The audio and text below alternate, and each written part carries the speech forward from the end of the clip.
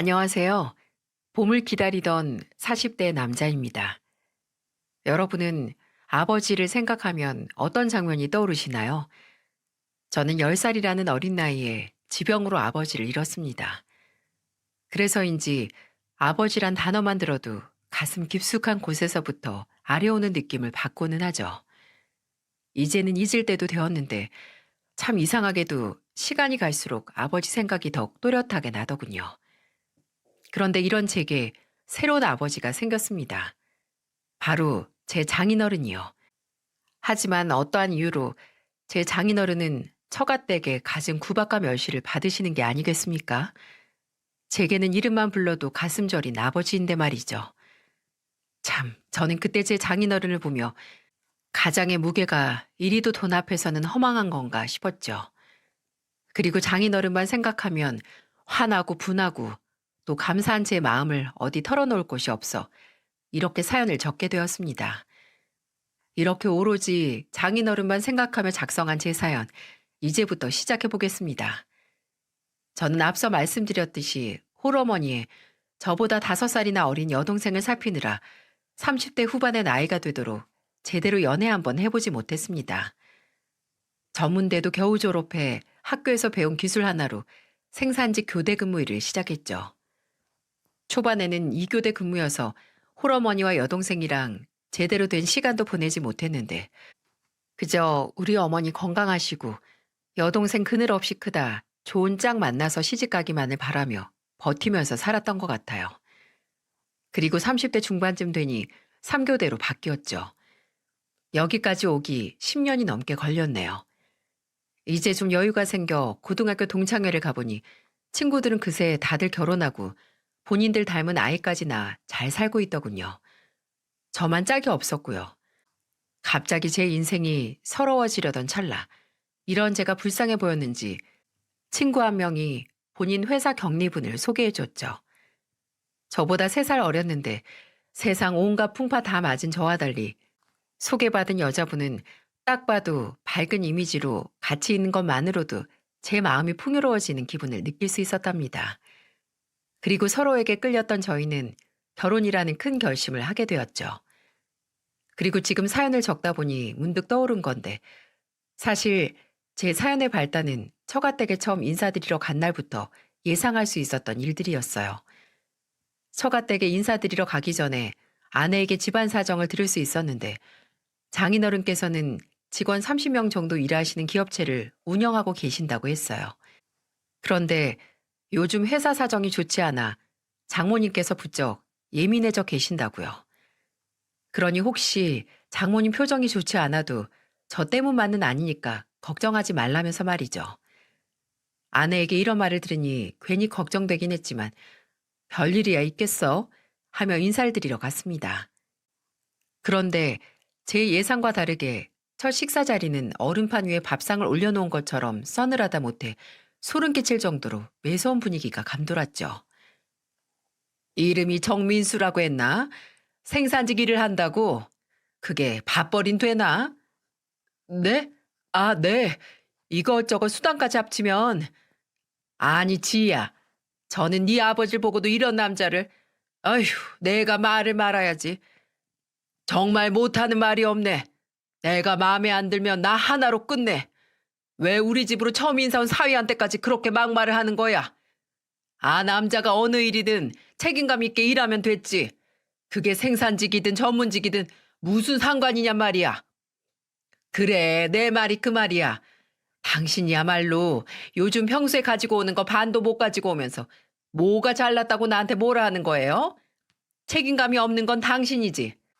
내 딸이 나처럼 고생 안 하게 능력 좋은 남자 만나길 바라는 엄마 마음이 무슨 문제라도 돼? 그만하라고, 그만해. 내가 그간 가져다 준 돈 어디다 쓰고. 아휴, 자네, 안 좋은 말은 너무 신경 쓰지 말게.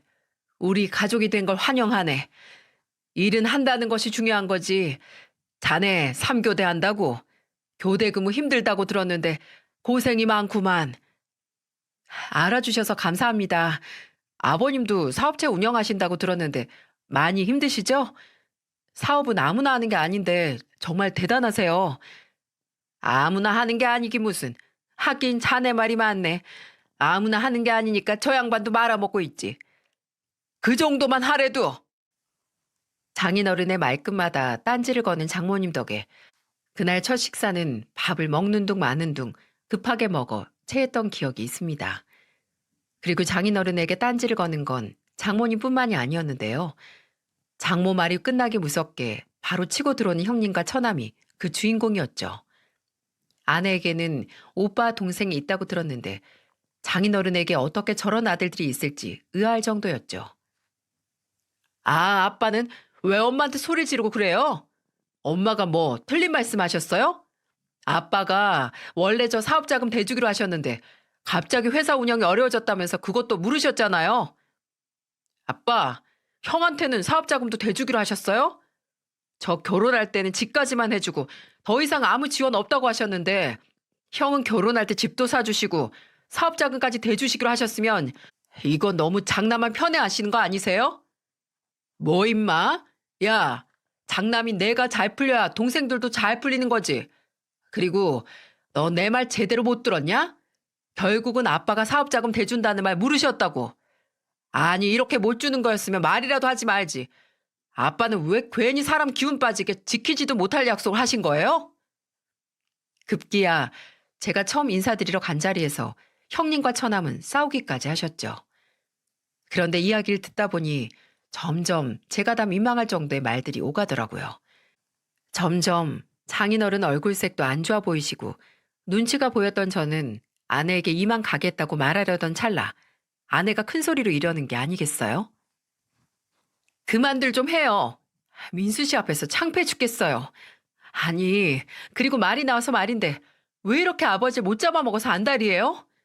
그동안 우리 식구 아버지 덕에 편하게 먹고 산 거 아니에요? 어머니도 그래요. 아버지가 새벽부터 밤 늦게까지 회사 운영하시느라 벌어다 주신 돈 덕분에 엄마도 그동안 30년 넘게 밖에서 싫은 소리 한 번 안 듣고 집안일만 할 수 있었던 거 아닌가요? 그리고 오빠, 진영이 너 둘 학비부터 결혼 자금까지 아버지가 군말 없이 다 해주신 거 아니야? 아버지가 다 큰 아들들한테 그 정도 했으면 됐지. 뭘 더 얼마나 받아먹으려고 그러는 건데?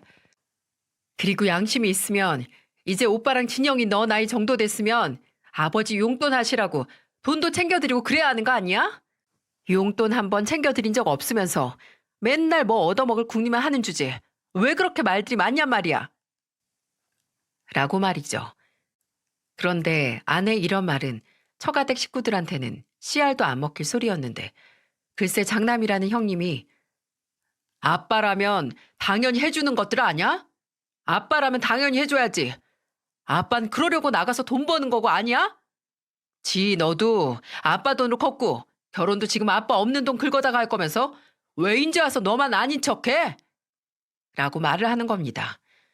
저와 아내는 부모님께 손 벌리지 않고 둘이 모아둔 돈으로만 결혼식을 진행하려고 했는데 형님께 저런 말을 들으니 꽤 억울하더라고요. 그리고 제 아내도 그랬는지 목에 핏대가 서서는 고래고래 소리를 질러댔죠. 뭐? 나 결혼 나랑 민수 씨랑 모아둔 돈으로만 하는데? 뭘 알고나 떠들어대. 지금 아버지 사정 내가 뻔히 아는데 내가 오빠랑 진영이 너처럼 눈치 없게 아빠한테 돈 할 것 같아? 그리고 세상에 당연한 게 어딨어. 자식 책임 못 지고 버리는 사람이 얼마나 많은데 우리 아버지 정도면 우리한테 해주고도 넘쳤지. 오빠 그러다 천벌 받아. 오빠 자식이라고 오빠한테 안 그러라는 법이 있어? 라고 말입니다. 그날 첫인사에서 느꼈던 건 아내가 장모님과 형님, 처남과 한 핏줄이라는 게 놀랍다는 거였습니다. 그리고 저는 생각만으로도 가슴이 아프고 제게 하나도 안 보내줘도 좋으니 아버지라고 부를 사람만 있으면 좋을 텐데 아버지라는 존재에 아쉬움이 없다는 듯이 말하는 처가댁 식구들을 보며 개탄을 금치 못했네요. 그렇게 처가댁 식구들의 충격을 뒤로하고 저와 아내는 약속했던 것처럼 서로 모아둔 돈을 예산으로 차근차근 결혼을 준비해 나갔습니다. 중간중간 아내와 처가댁 사이에 마찰이 있긴 했지만 그때마다 장인어른께서 제게 따로 연락 주셔서는 내가 가진 게 없어서 미안하네. 하필 딸 결혼을 앞두고 사업이 이렇게 되니 사위 볼 면목이 없구만. 이라고 말씀하시는데 그때마다 제 마음이 다 찢어지는 것 같았어요. 아홉을 주고도 미처 주지 못한 하나를 안타까워하는 것이 부모 마음이라고 하더라고요. 그런데 하나밖에 없는 딸을 시집 보내는데 빈손으로 보내려는 아버지 마음은 오죽할까 싶기도 했죠. 그때마다 저는 아버님, 그런 말씀 마세요. 이미 지희를 통해 알고 계실진 모르겠지만 제게는 어렸을 적부터 아버지가 안 계셨어요. 그리고 이런 제게 장인어른처럼 든든한 아버지가 생긴다는 자체만으로도 저는 일확천금을 얻은 것만 같은걸요. 라며 장인어른의 미안함을 달래드리곤 했습니다. 그리고 이런 제 이야기가 장인어른도 싫지 않으셨는지 새로운 아들이 생긴 것 같다며 저한테 참 잘해주셨죠. 말 많고 탈 많았던 10개월 정도 결혼 준비가 끝난 후 저와 아내는 정식으로 부부가 됐습니다. 그리고 결혼한 지 2년째 되는 날 우리 결혼 기념일을 축하해 주기라도 하는 듯 저희에게는 예쁜 천사가 태어났죠. 제가 드디어 40살에 아빠 소리를 듣게 된 겁니다. 제 나이도 있고 아내도 30살 후반에 한 임신이라 하루하루가 조마조마했는데 열심히 사는 저희에게 하늘이 큰 선물을 내려주신 게 틀림없었죠. 저는 늦깎이 아빠의 날마다 신이 나 집으로 들어갔고 아내도 육아로 힘들었을 텐데 기뻐하는 저를 보며 감사하게도 맞춰주더군요. 그리고 며느리 보기는 글렀다고 생각하시는 우리 어머니와 언니가 생겼으면 좋겠다고 노래를 부르던 여동생에게도 손주와 조카가 생기니 우리 집은 웃음이 떠나질 않았습니다. 그런데 처가댁은 저희와 정반대의 감정선을 타고 있었죠. 결혼 전부터 아내는 아버지 일로 장모, 형님, 처남과 사이가 좋지 않았는데 그런 걸 아직 마음에 두고 있는지 아내가 출산했는데도 몸 괜찮냐라는 소리 한 번을 안 하더군요. 당연히 아내와 아이를 보러 오지도 않았고요.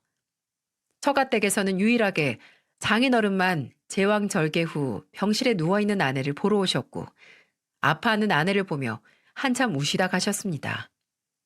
그리고 종종 손주 옷을 들고 집으로 놀러 오셨고요. 이때 장인어른께서는 점점 망해가는 사업 앞에 하루하루 삶을 잃어가시는 듯 했는데 예전에는 드시지도 않던 술도 퇴근 후에 부쩍 많이 드신다고 아내를 통해 알게 됐습니다. 그리고 어느 순간부터 술 없이는 하루도 못 주무시고 계시다는데 신기하게도 이런 상황에도 매일 같은 시간에 눈을 뜨셔서는 회사로 가신다고 하더군요. 저는 그런 장인어른을 보면 안쓰러운 마음이 들었죠. 그래서 저는 아내를 보고 돌아가시는 장인어른을 따라 나서서 포장마차에서 같이 한 잔씩 하곤 했습니다. 하지만 장인어른의 이런 노력이 무색할 만큼 처가댁은 장인어른을 무시했는데 아내는 처가댁의 이런 모습에 치를 떨었죠. 그렇게 시간이 흐르고 아이가 돌이 지났을 무렵 처가댁에서 갑자기 아내와 제게 집으로 오라는 연락을 하더군요. 늦었지만 아이 돌잔치라도 해주려나 싶어 저와 아내는 기쁜 마음으로 처가댁에 갔습니다. 그리고 그날은 아내도 먼저 불러준 장모님에게 마음이 조금은 풀렸는지 아이 옷을 입히면서 외할머니 보러 가자 이렇게 중얼거리더군요. 그런데 처가댁에 도착한 저는 또 한 번 아내의 분노를 보게 되었어요. 처가댁에 들어가 보니 장인어른은 소파 앞 바닥에 양반 다리로 앉으셔서는 고개를 푹 숙이고 계셨습니다. 그리고 화가 잔뜩 난 얼굴에 장모와 형님, 처남은 소파 위에 앉아 있었고요.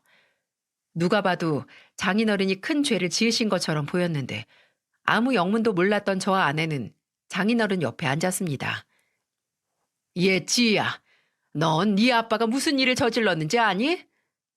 일을 저지르다뇨. 엄만 또 무슨 말이 하고 싶어서 그러세요. 그리고 아버지 이런 모습 보여드리려고 오라고 한 거예요? 네 아빠 부도 났단다. 결국 이날이 오고 만 게지. 내 이럴 줄 알았어. 그러니까 협력업체고 뭐고 그 사람들 집안을 요절내서라도 돈 다 받아오라고 내 그렇게 말했는데 밑으로 깔린 돈이 얼만데 부도냔 말이야. 그래놓고 네 아빠 뭐 잘났다고 이 집에 있다니? 네? 아버지, 그게 사실이에요? 어떡해요? 아버지 혼자 시작해서 30년 동안 이렇게 키워온 거잖아요. 우리 아버지 많이 허탈하셨겠다. 그간 고생 많으셨어요. 뭐? 뭐라니? 넌 아직도 세상이 어떻게 돌아가는지도 모르고 너 혼자 서방만 다 애 잘 낳고 꽃밭이라 이거냐? 네 아빠 부도 나서 이제 돈도 못 버는데 네 아빠랑 나랑 이제 70살이야. 앞으로 남은 생은 뭐 먹고 살라고. 그리고 그뿐이야. 네 아빠 본인 명의로 있던 아파트 한 채까지 해먹으셨단다. 그거 팔아 직원들 밀린 월급 줬다는데 넌 이게 말이 된다고 생각하니? 한 푼이라도 아쉬운데 남의 월급이 뭐 그리 중요하다고. 집안 살림 팔아다 바깥일에 퍼부냔 말이야. 퍼붓다니. 그 사람들 남 믿고 30년 넘게 일해준 사람들이야. 2년 동안 회사 힘들었을 때 월급보다 회사가 먼저 아니냐면서 몇 개월 동안 월급 한 번 안 가져가고도 평소처럼 일해준 고마운 사람들이라고. 다들 나처럼 나이 먹어서 어디 가서 새롭게 일도 못 구하는데 그럼 내가 그 사람들을 모른 척 했어야 당신 직성에 풀리는 거야? 그럼 아니 회사 망해가는 거 뻔히 보이는데 회사가 먼저라는 그런 천진난만한 생각으로 붙어있는 사람들이 잘못인 거지.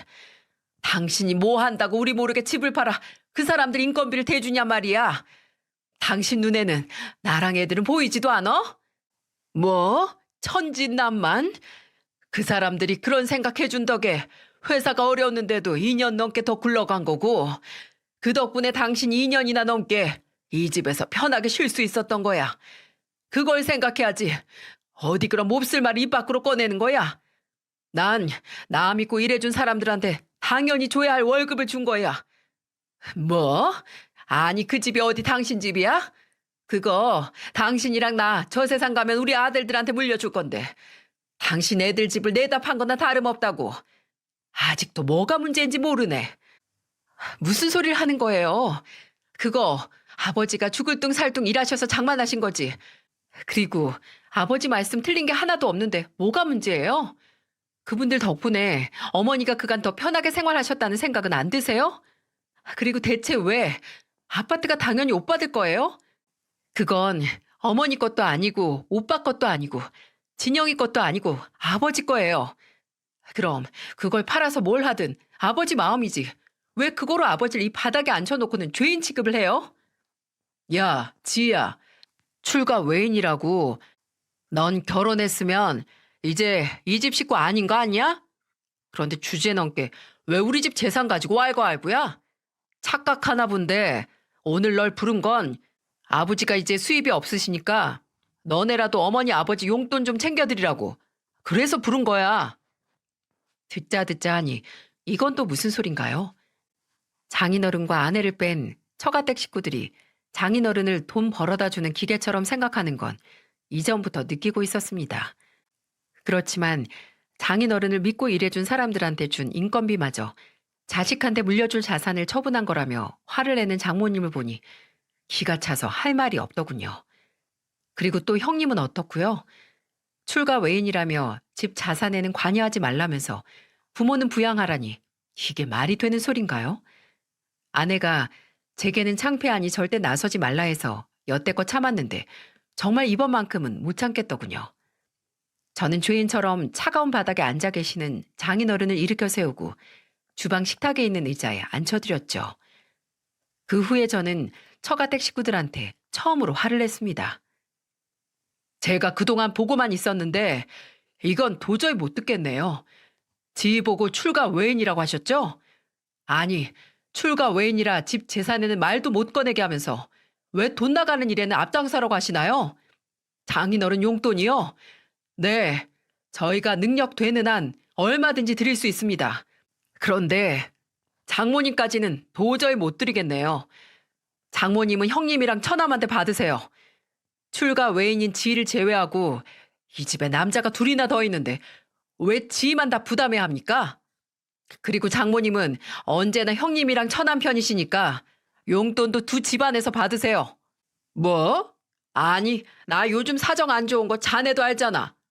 그리고 진영이 얘도 둘째가 학교 들어가서 돈이 많이 드는데 나도 애가 둘이고 말이야. 지희는 이제 애 낳았고 아직 걷지도 못한 애가 돈이 들어봤자 얼마나 들겠어. 그리고 자네도 3교대 생산직이고 그만큼 연차 쌓였으면 월급도 꽤 되지 않아? 그럼 부모님 용돈은 누가 드려야겠어? 진짜 형님 논리는 이해가 안 돼서 들어주기가 어렵네요. 아니, 장인어른 돈은 죄다 형님이랑 처남이 가져다 쓰셔놓고 왜 장인어른 사업 망하니까 이제야 돈 없다고 나자빠지시는데요? 돈이야 형님이랑 처남이 저보다 훨씬 많이 벌죠. 애들 사립학교까지 턱턱 보내시면서 부모님 용돈 드릴 돈은 없나요?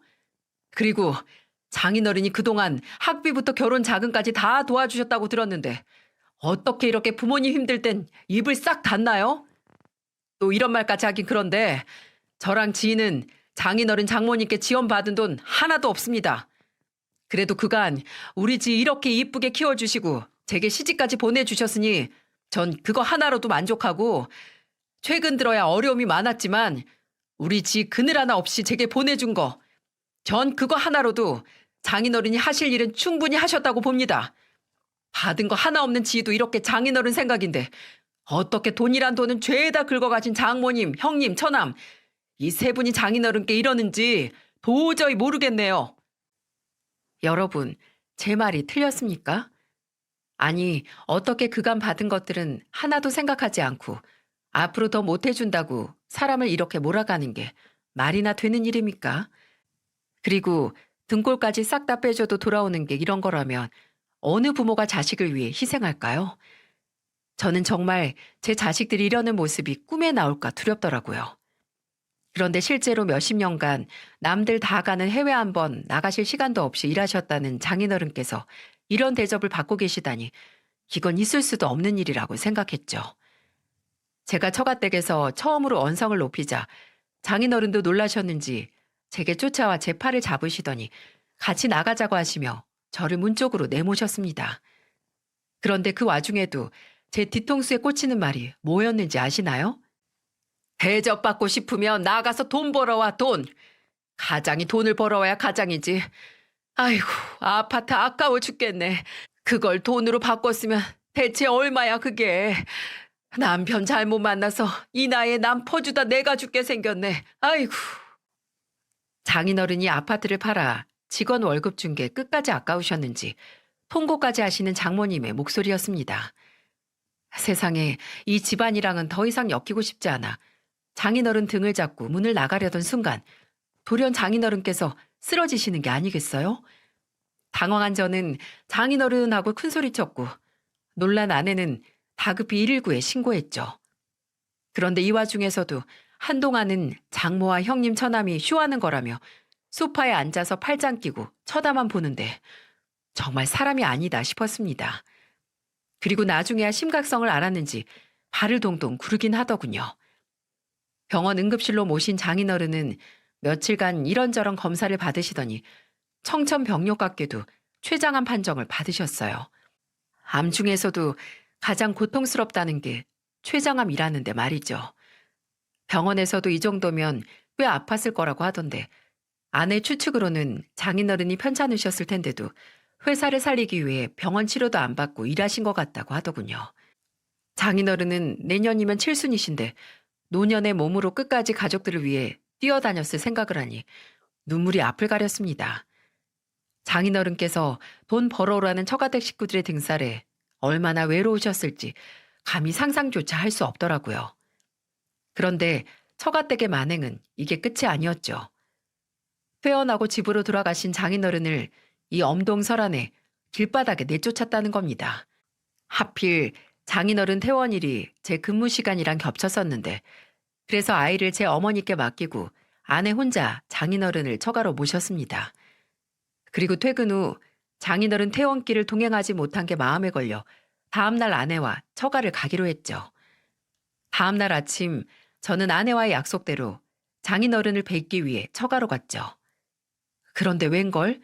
편찮으신 장인어른은 안 계시고 형님과 처남은 할 일도 없는지 장모님과 같이 귤을 까먹으며 집에서 영화를 보고 있더군요. 저희를 본 채 만취하시는 건 뭐 안타깝지만 늘상 그러시던 일이라 대수롭지 않았는데 집에서 안정을 취하셔야 하는 장인어른이 보이지 않는 건 문제가 심각했죠. 온 방을 뒤져도 보이지 않아 제 아내가 장모님께 이렇게 물었습니다.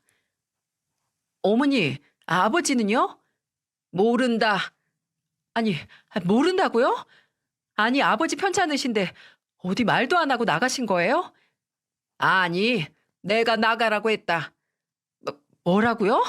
이 추운데 어딜 나가라고 해요? 아, 진짜? 너 말귀를 왜 이렇게 못 알아듣니? 아니면 못 알아듣는 척을 하는 거야? 내가 나가라고 했다고. 가장이 가장 노릇도 못하면서 집에 붙어 있는 게 말이나 되니? 어머니, 무슨 소리 하시는 거예요? 어머니는 아버지가 췌장암이란 이야기 못 들으셨어요? 지금 당장 내일 돌아가셔도 어떻게 될지 모르는 분을 이 엄동설 안에 돈 못 벌어온다고 내쫓았다는 거예요? 정신 있으신 거예요? 없으신 거예요? 예. 너 어디서 엄마한테 큰 소리야? 이래서 여자는 키워봤자 기만 아프다니까. 네 아빠 이러는 거 어디 하루 이틀이니? 또 술 깨면 들어오겠지. 유난도 아주. 누가 보면 네가 너 아빠 아내인 줄 알겠다. 진짜. 야, 너도 시끄럽게 하지 말고 가. 너 그리고 내가 출가 외인이라고 했지? 넌 이 집에 왜 이렇게 많이 오는 거야? 아버지는 우리가 신경 쓸 테니까 살림에 보탤 거 아니면 너도 더 이상 오지 마. 형님의 이 한마디에 갑자기 눈빛이 돌변한 아내는 형님을 향해 성큼성큼 걸어갔는데 동시에 형님도 아내를 무섭게 노려보는 게 아니겠어요?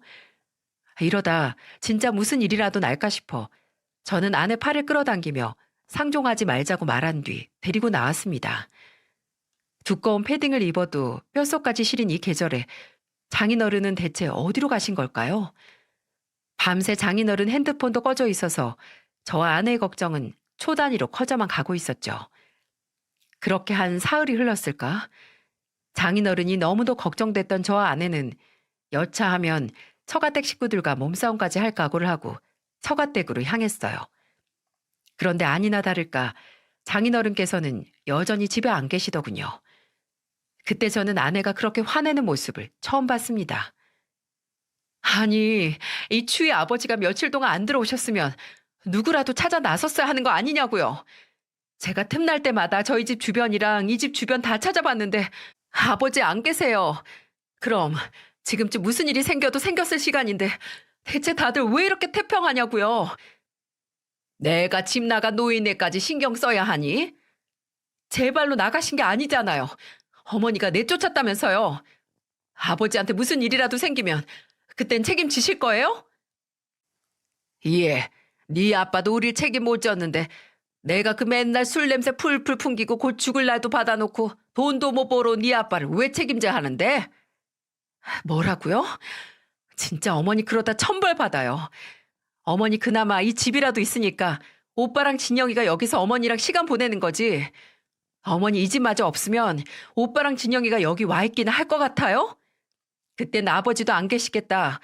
어머니도 똑같이 당해야 정신 차리실래요? 이런 말하기 내 입이 더럽지만 저는 어머니가 지금 아버지한테 하시는 것처럼 더도 말고 덜도 말고 딱 그만큼만 오빠랑 진영이한테 그대로 당하길 원해요. 그때 와서 제발 저 찾지 마세요. 전 어머니랑 오빠가 누누이 말하듯 출가 외인이니까 그때 돼서 그 어떤 도움도 안 드릴 테니까요. 아시겠어요? 아내의 마지막 말에 거실 테이블 위에 있던 휴지까지 우리 쪽으로 집어던지신 장모는 무슨 화가 그리 났는지 괴성을 질러대더군요. 그리고 그런 장모를 뒤로 한 채 저와 아내는 장인어른을 찾았습니다. 처가댁에서 저희 집까지 오는 길목을 수없이 왔다 갔다 거리던 찰나에 제 눈에는 지하철역이 하나 들어오더군요. 그리고 혹시나 하는 마음에 지하철역을 들어가 보았죠. 거기에는 지하철역 입구로 가는 길, 그 차디찬 바닥에 술병과 함께 여러 명의 노숙자들이 있었습니다. 제발 우리 장인어른은 여기 안 계시길 빌었는데 역시나 계셨더군요. 며칠밖에 지나지 않았지만 얼굴은 그새 못 알아볼 만큼 야위어 계셨고 많이 추우셨는지 볼도 손도 모두 빨갛게 꽝꽝 얼어있는 것처럼 보였습니다. 그런 장인어른의 모습을 보는데 저는 그 자리에서 장인어른과 아내를 부둥켜 안고 엉엉 울었습니다. 장인어른, 아니 아버님, 대체 여기 왜 이러고 계세요? 몸은 괜찮으세요? 정말 왜 이러고 계세요? 제가 잘못했어요. 아버님을 제가 끝까지 모셨어야 했는데 제가 미쳤다고 처가댁에 아버님을 다시 보냈네요. 죄송해요. 다 제 잘못이에요. 그러니까 아버님, 저랑 같이 저희 집에 가요. 네? 아니다. 내 무슨 면이 있어. 자네 집에 간다고. 지 시집 갈 때 해준 거 하나 없는데 인제 와서 내가 짐 될 순 없어. 아, 그렇고 말고. 아버님, 대체 자식이 부모 모시는데 무슨 면이 필요하고 무슨 조건이 필요해요? 저랑 이 사람은 아버님 이렇게 길에 두고 절대 못 갑니다. 그러니까 제발, 제발 저희랑 같이 가요. 됐대도 자네도 힘든 거 아는데 짐이 될 순 없대도 어여 가. 절대 내 걱정은 하지 말고 여기서 있나 자네 집에 있나 며칠 못 사는 건 똑같아. 제 설득이 끝끝내 먹히지 않자 저는 장인어른 앞에 무릎까지 꿇고 두 손을 빌며 말했습니다. 제발요. 제발요 아버님. 아니 아버지. 아들이랑 딸 부탁 한 번만 들어주세요. 저희 친아버지도 가난 때문에 병원 한 번 못 가고 돌아가셨어요. 그런데 장인어른, 두 번째 아버지마저 저 이렇게 잃을 순 없어요. 제발 이 못난 자식 소원 한 번 들어준다는 셈 치시고 저랑 같이 가주세요. 네? 아버지, 정서방이 이렇게까지 애원하잖아요. 저도 아버지 이대로 두고는 절대 못 가요. 이 차가운 바닥에서 아버지 돌아가시면 제가 앞으로 남은 날 잘 살 수 있겠어요? 아버지 그렇게 외롭게 보내놓고 제가 죄책감에 숨이나 제대로 쉬며 살 수 있겠냐고요. 제발 저희랑 같이 집에 가주세요. 네? 아버지 이대로 돌아가시면 저도 정말 죽어요. 그렇게 한 30분쯤 흘렀을까요? 이내 저와 아내의 간절함을 알아주신 장인어른께서 흐르는 눈물을 닦으시더니 그래, 그래, 고마운 내 아들, 딸. 정말 고맙구나. 이 늙고 병든 애비 이렇게까지 신경 써주니 너무 고마워. 같이 가자. 내가 해준 것도 없는 마당에 마지막 가는 길 너희에게 죄책감을 지어줄 수는 없겠구나. 내가 생각이 짧았어. 어여 가자. 이렇게 말씀하시곤 양손에 저와 아내의 손을 하나씩 잡아주셨죠. 그렇게 장인어른을 저희 집으로 모시고 저는 우선 장인어른과 함께 사우나를 갔습니다. 그간 밖에서 지내는 게 얼마나 고되셨을지는 몸만 봐도 잘 알 수 있겠더군요.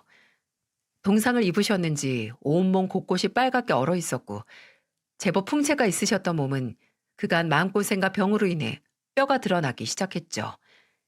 그리고 장인어른의 등을 밀어드리기 위해 등을 봤는데 처음엔 듬직하게 보였던 장인어른께서 너무나 한없이 작게 느껴져서 그만 눈물이 터져버렸습니다. 자네 우나? 왜? 무슨 일 있어? 아니에요 아버님. 아버님이랑 이렇게 함께 할 수 있는 게 너무 좋았어요.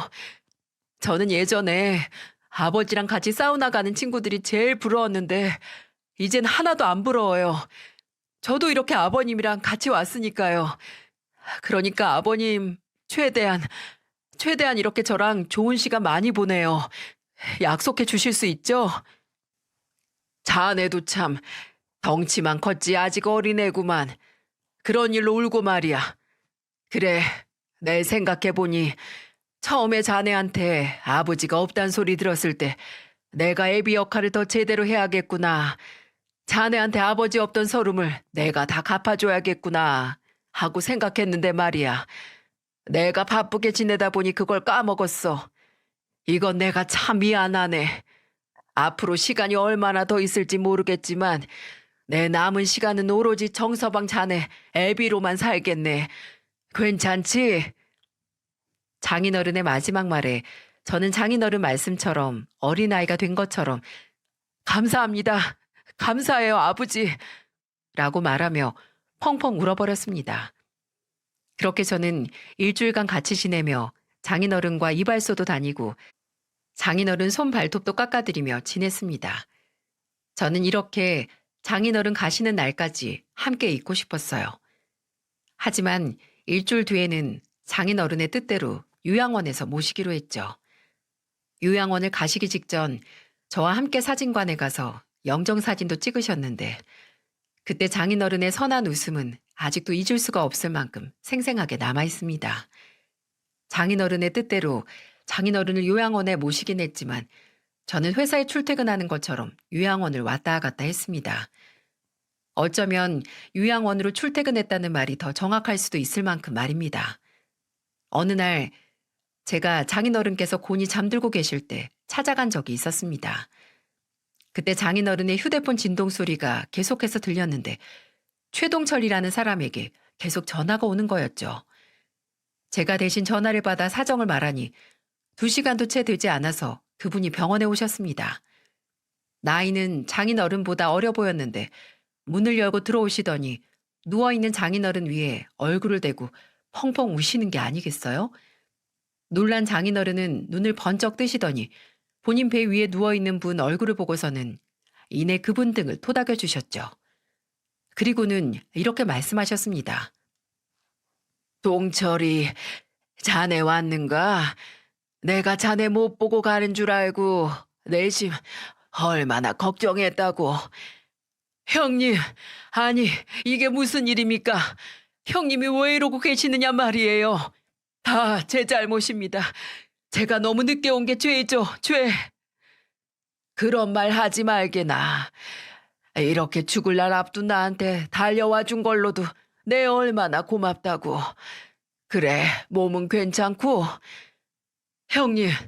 형님은 지금 이렇게 누워 계시면서 제 걱정하십니까? 형님, 저 다시 제기했습니다. 형님이 그간 제 사정 다 봐주신 거 저 누구보다 잘 압니다.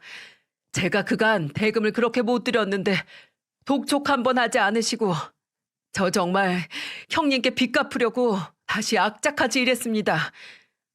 됐어. 나 이제 곧 죽는데 그 돈 받아 어디다 쓴다고. 자네 저 자식도 많이 힘들지 않나.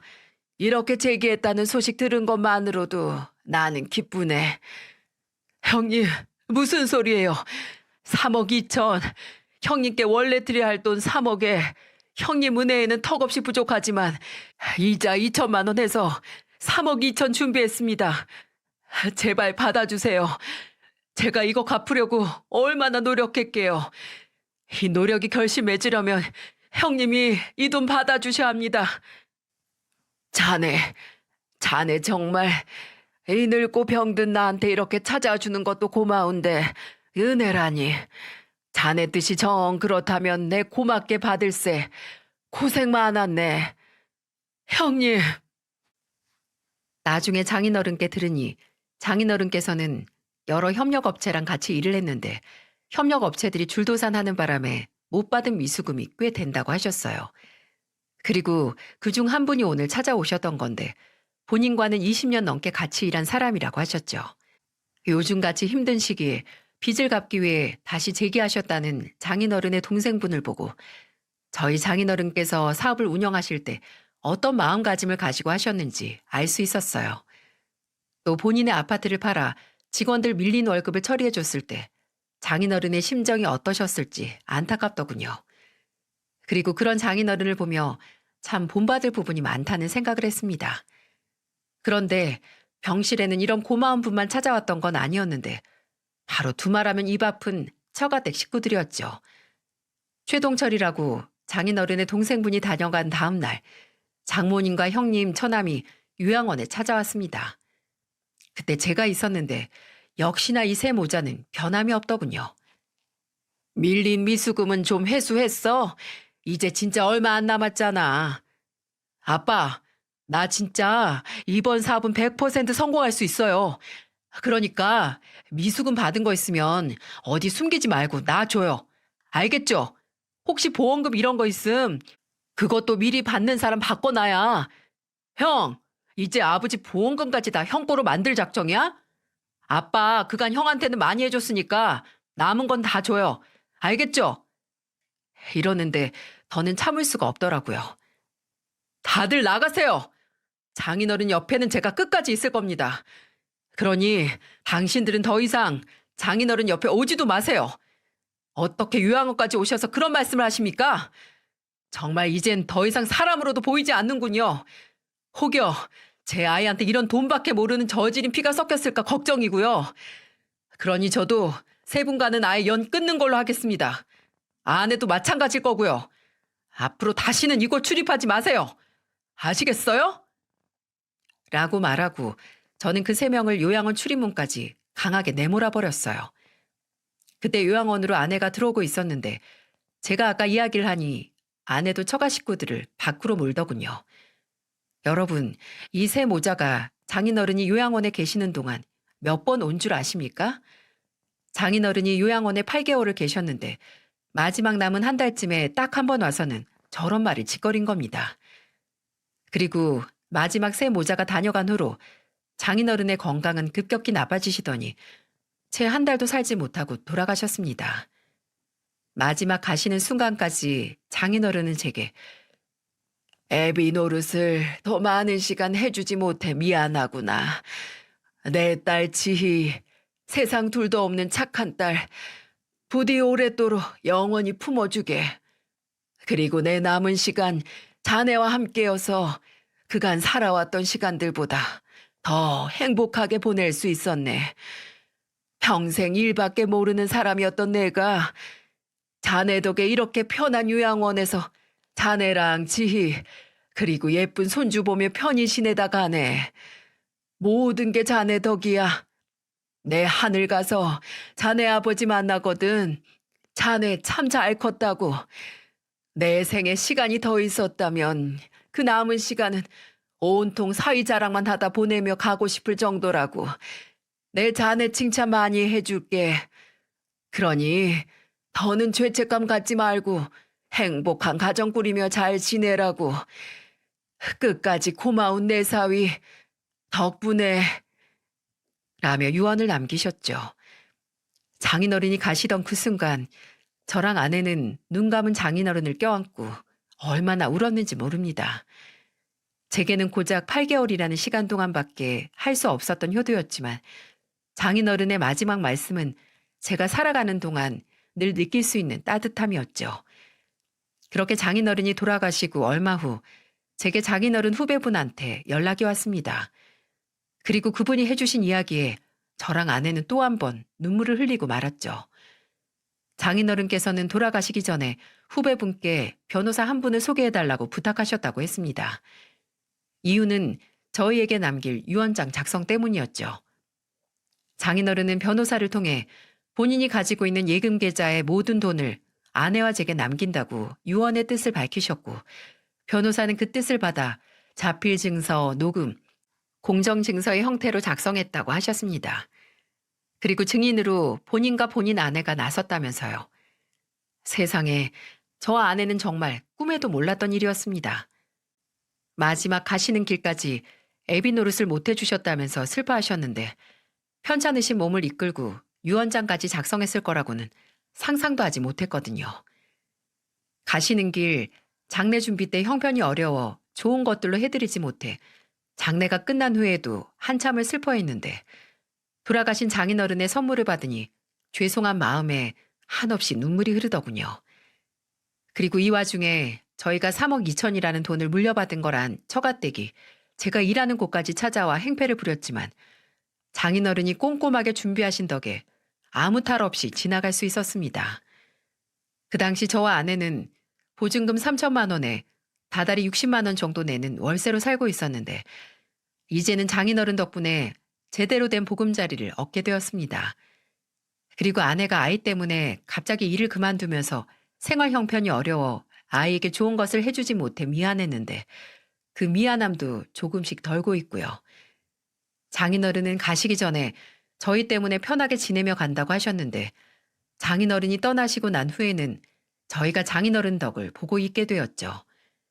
부모의 은혜를 갚으려 한다면 하늘과 같아 끝이 없다라는 말이 있던데 하늘에 가시면서도 저희에게 마지막 모든 은혜를 주고 가신 장인어른께는 이 감사함을 어찌 갚아야 할지 모르겠더군요.